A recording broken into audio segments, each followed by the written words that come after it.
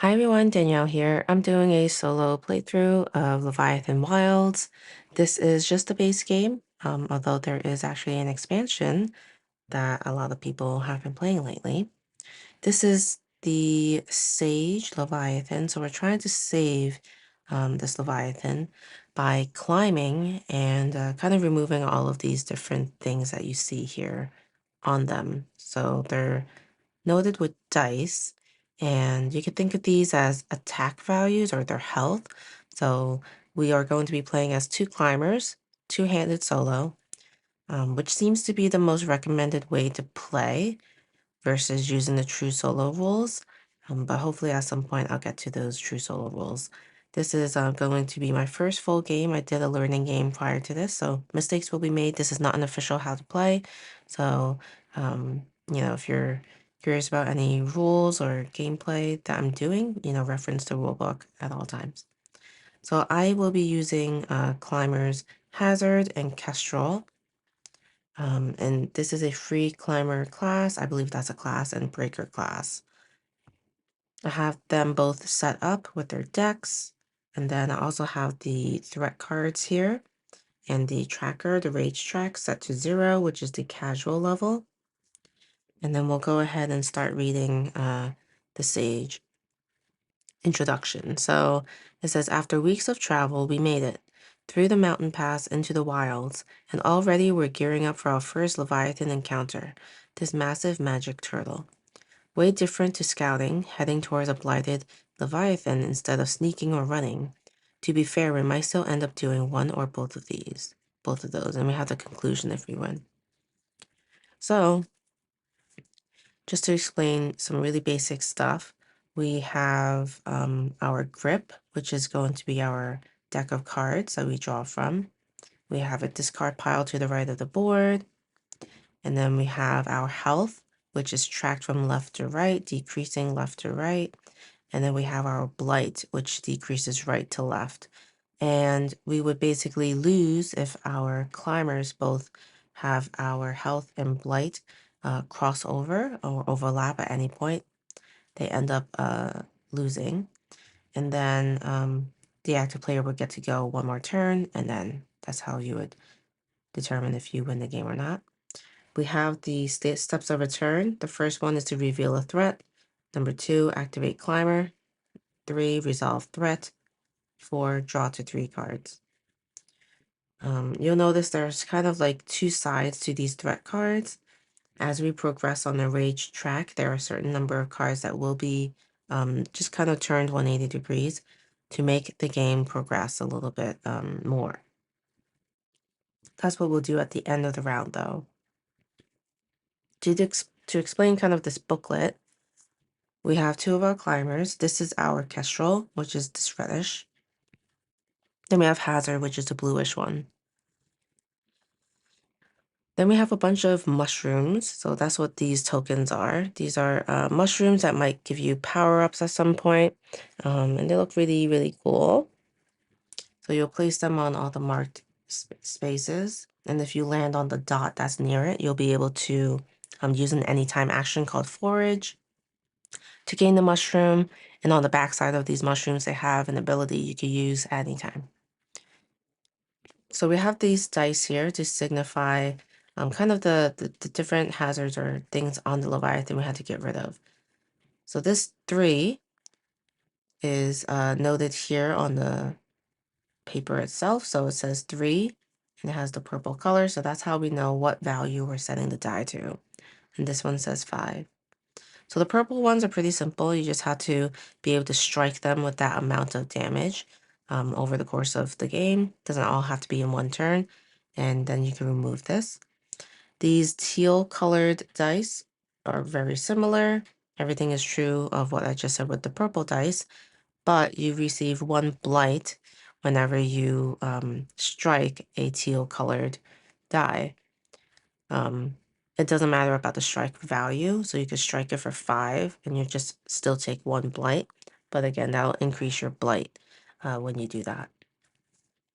There's a lot of kind of climbing mechanics in this game. So as you can see, we start at the bottom, and there's kind of like white lines underneath these spaces, which kind of tell you these are safe. Like you're not going to be able to fall off of the ledge, I would say. In this game, you're going to be climbing up to the left, kind of moving around, but it's possible that you might fall. So there are definitely instances in the game where you might want to fall, and when you do, or if you make any type of movement on this board area, you have to take into account each of the different icons of these spaces. And I do want to show you the rulebook for this, the reference, where it talks to you about the different terrain. So depending on the icons, there's harmful, difficult, open, ledges, which is the white line. And then I think, yeah, I guess those are the different types. So for the harmful ones, you lose health. For the difficult terrain, you lose grips. That's just discarding a card from your grip into your discard. And then we have open terrain. So if you happen to land there, you're falling down. And you fall down until you reach a point where you can land, which is typically a ledge. So you might want to plan around that or prevent that from happening, depending on what's below you. And then, yeah, these are other icons if you want to pause and take a look of what we might see throughout the game and common keywords as well. All right. So I think we could just get started. So let's draw 3 cards. Okay. And then I'll just choose this player to go first. So we have at most 3 cards in our hand. And the top left number refers to the possible action points we could have for the turn if we were to play that card as an action point card. So another icon to make note is if there is an icon underneath that value, you'll get, I guess, immunity to those hazards that you find along your movements. So if you were to attack a die that was teal, you would not end up getting an increase in blight. So we have plunging strike, glide up to 2, then strike that amount and anchor. So anchor says basically stop falling. So you cannot be in an open space and the deck can't be empty when you do that. So you're gliding up and then you stay there. And then jump, any climber may jump too, but you have to take a grip loss there. Any climber may glide 1. All right. So there's a couple of options here. I'm not sure what to do just yet, but the first thing you do on your turn is to reveal a threat. And you reveal from this threat row from left to right. So reveal the first one. And we're only looking at the top one. It says active. Push 1 direction down. So right now, I can't be pushed any further than I am now. So, which is here. So that's basically not going to impact me much until I move. So what's interesting is you're revealing the threat. You get to understand what might happen during this round. Then you get to activate the climber. So I get to activate my climber, take some actions based on how many action points I have. And then I get to resolve this threat. And since it says active, it's only going to impact hazard, not Kestrel. All right. So I have to try to keep in mind that if I am moving, I'll be moving 1 spot further down. I think maybe I'll make my way up to this mushroom, and it's okay if I fall down. I don't see any big hazards here for me to be worried about. But yeah, something to mention is that hazard also has an ability called Shake It Off. I could lose a grip and block 1. So when I block, I could block or prevent damage to my health, grip loss, or a push. So I could do that.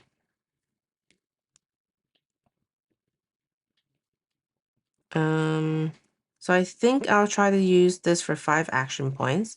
And what you would do is, because I've selected this card, I will place it underneath my board and just have it kind of sticking up there. And so that 5 will tell me I have 5 action points, and I'll just use a die to track that. You may not be able to see it well, but I can, which is what matters here. It's really just, you don't need to use a die to track it, but for me, it's a little bit easier. All right, so now I have these 2 cards that I could use. There's no cost really to use them unless it has a cost on the ability itself. But I have some actions to use as well. I have 5 action points. I could spend 1 to climb in any of the 4 orthogonal directions. I could spend 3 to jump, which means I could jump and skip over 1 of the dots in a certain direction. I could glide, which allows me to kind of like float down in any direction that I would want to go. So it could be the 2 diagonals or straight down. And that's what gliding would be. And it would be X, meaning as many AP as I'm spending. So I could glide like 4 or glide 5 if I wanted to. And then there's also strike. So if I happen to climb to or fall into a spot here, like here, where I could just stop and strike, meaning whatever amount of AP I'm spending will be applied to this die to decrease it by that amount. So that's how you could use AP. 2 additional ways you can use AP is to rest. You have to rest on a ledge. You could spend 2 AP to do that, or you could spend 1 AP to mend a damage. Some anytime effects include forage. So as I said before, I want to try to get to this mushroom, and then I'll use the forage icon or forage action to just pick it up and put on my board. But I also have to remember I'm not there. I'm actually here. This is hazard. So let's think about what I want to do. Another anytime action is just let go. I could let go and just decide to fall on my own. And then there's this thing called use skill, excuse me, which allows me to utilize uh, the +1 on a value of a skill card. All right. So let's see. Do you think I could make it to this? So I have 5, so it would be 1, 2, 3 to get there. And I'll have 2 left. I think it's not a bad idea, but I also have to remember I get pushed down 1, which this would force me to take a hit, which I don't love. So if I just moved over 1, 2, 3, went up 4, 5, I think that works. So I'm gonna actually get to this mushroom and forage, and let's see what I get. Ooh, okay. So I get a 2 climb. So I can use this at any time once again. And so this will allow me to climb in any of the 4 directions, 2 spaces. So that's what hazard will have to be able to use at any time. So I used up all my AP just to get to that mushroom. And I'm looking at my cards here. I don't know if I really need to do anything because I'm going to be pushed if I mean, I guess I could lose a grip, but grip is very important. Grip is kind of like, it really slows you down if you end up running out of cards in your deck. So I want to try to preserve it. It says any climber may glide 1. So I could go here, here, here. Not very ideal. And Kestrel can't do much there. So I'm going to keep these 2 cards for now. Discard the AP card. And draw back up to 3. And then the push will activate before I draw the 3. All right. So that is hazard. And now we have Kestrel taking their turn. They'll reveal the threat. So the player that is highest will get blight and lose damage. So that's going to be me. I am higher than this one. So, well, it's gonna be me in both cases. I don't know why I said that. But yeah, both of these markers just move one step closer to each other, which is not great. Oh, actually, that doesn't resolve till later. I keep forgetting that. So we'll see if that is hazard is still the highest. It could just be Kestrel being higher. Anyway, Kestrel has take flight, so I could spend 2 HP and it could go up three spots higher, I guess. And then you could only do this once per each of your activations. Alright, so let's look at Breaker. So we have Shatter, Who's Next, and Twin Talons. So I kind of like this, one of these, because then I don't have to worry about the hazards that I would have to suffer from. Because on the way here, if I land here, I would have to lose a grip. So I think I'll use this as my action points. And then I'll have 5. And I will use a jump, because if I go here, this is an open space, I'll just fall. So I have to use a jump, which is 3 AP, so I'm down to 2 AP. To get directly here, to jump over, I will gain this, which is, what is that icon? Strike. So this is 1 strike. Okay, and then I have 2 AP left. And although I did land on this terrain, which is a difficult terrain, I don't lose a grip because I have kind of immunity to that terrain because of the action point card I played. So let's see if I can make my way to this. That's 1, 2, 3. I don't think so. I have 2 AP. 1, 2. 1, 2. Strike against. Yeah, I won't be able to use these effectively right now. But I should probably move. So I'll move. I'll climb 1, 2. And now I'm on a ledge, which is good. All right.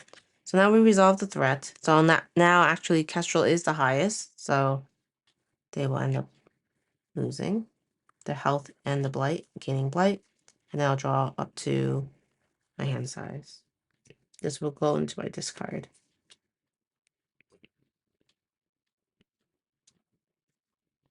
All right. So we have a dig in. And then now it's back to the hazard. We will reveal. All lose grip. Okay, so both of us lose grip. All right, so now we get to see. You know what? We weren't supposed to lose grip yet, and I'm gonna do this probably throughout the entire game. Okay, so we have this, and I could. If I did a jump, I'd end up here. Yeah, I'm nowhere near a blighted die, so I'll probably use this as my AP card. So I have 4 action points, and then I'll use this jump card. Lose a grip. Any climber may jump 2, so I'll jump 2. I'll jump over 2 and go here. I think that's how jump 2 works. And then I'll move 1, 2, 3 to this mushroom and gain it. So I used 3 AP by climbing just now. Oops, this one. So now I have 1 AP left. And with that AP, I'm going to make my way towards this purple die, which is just going up. And so that is done using my AP. I don't know if I want to glide. Don't think there's a point. So I'll keep this in my hand, but resolving the threat will take that grip now. And then we'll draw 2 cards. Okay, so now Breaker will go. Let's reveal. Okay, so now this is our first kind of targeted type of attack. The active player is Kestrel. So we're going to put this around Kestrel. And now they are targeted. If they stay in this spot in any of these 4 other areas around it, Kestrel will take 2 damage. So I want to try to move out of it, which is unfortunate because I was making my way to this die, and now I can't unless I want to take damage. So let's see what we can do.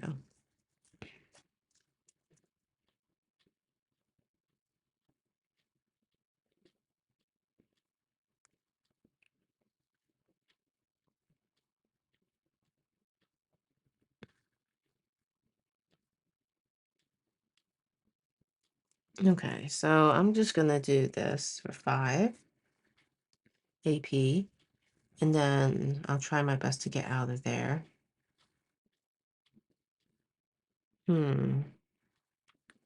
So there's definitely some bad terrain here, but I could make my way to the right. Okay, so I'm going to move or climb 1, 2. That takes me down to 3 AP. And then I could do a jump, possibly.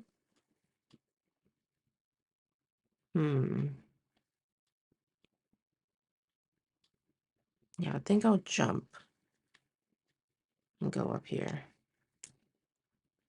Actually, I don't need to jump because there's nothing to miss. So 1, 2, 3, I'll just use. And then I'll gain this. And it is ignore terrain once. Oh, nice. Okay. That's where I am. I've used up my AP. And then we'll resolve the threat, which I am out of their range, which is perfect. I'll just draw up. All right. So now Hazard will take their turn, revealing. Okay, so they'll be targeted as well.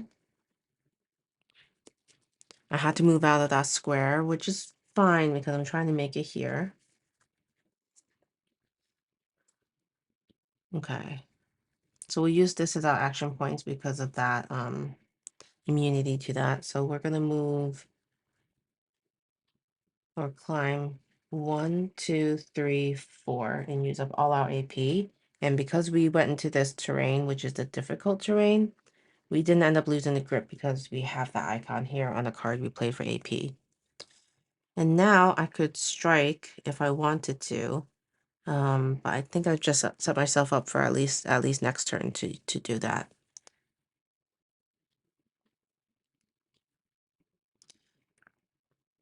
So I think I'll use momentum, strike 1. So this is now down to 2. And then it says, if you play it after you jump, glide, or fall, apply +1 to that strike, or become focused. I think I'll become focused, and I flip over my focus token. So now I'll be able to use this a focus token to add +1 to 1 value on a card. All right. So I think resolving the threat takes place now. Luckily, I am not in the vicinity of that attack, so I'm pretty good there. I'll just draw up. I have 1 card left, and I'm going to keep it that way. So I'm just going to have 2 cards in my hand. So the idea there is you could decide not to draw your final card, and I want to just go over what the rule book says about that part. So basically, if your deck is empty, you end up falling. So if you don't want to do that, you have the choice to leave a card in your deck, just so that you have enough grip to keep going. So basically, when you run out of cards in your deck, you immediately, and at all times, you fall. So while falling, you have to move down a space at a time until you are on a ledge. So that's what happens. So you have to keep falling until you land on one of the spots that have an area you can land on, which is pretty scary, especially if you've made it all the way to the top. And I don't want to fall from where I am right now because I would literally fall all the way down. So I'm preventing myself from doing that by just having 2 cards. Um, yeah, so I just wanted to explain that part. All right, so now we've reached the end of the round. We shuffle these cards in the threat row, and then we place them back out. And then we move the enrage track, check the card's enraged number. It's still 0. And then we continue with our turns. And I'm gonna probably end my video here. Um, you can see it's pretty repetitive in terms of how the turns work. But the most interesting part of this game is obviously you don't know what's coming up in terms of the threat. You don't know what cards will be presented to you that could give you the best shot at getting to all of these different, and they call these crystals. You're trying to take, remove the crystals from the Leviathan so that they can continue moving and living. So yeah, I think I showed you a little bit of everything that's possible during your game. Obviously, I didn't do certain actions like the rest, the gliding, but pretty self-explanatory, especially if you have the rule book. And I hope this gave you a good overview of what this game is like to play. And if you've um, seen this game before, I'm curious, or played this game before, which one is your favorite one to play in terms of the Leviathan? So Sage is basically the tutorial from what I understand. And so I'm excited to see just how the other ones are. And I also like that the cards or the pages show you the difficulty level, so you could always refer to that if you want to just, do some more challenging ones and see how that goes. But yeah, as usual, thanks so much for watching. Again, I do plan on trying these true solo mode. If it's something I enjoy, I'll probably record a video. Let me know what your thoughts are if you've played the true solo versus two-handed. I'd like to get more opinions on that. But yeah, I hope you're all doing well. Thanks so much for watching. If you're not already subscribed, please consider subscribing so that you don't miss out on videos like this. And I'll see you next time.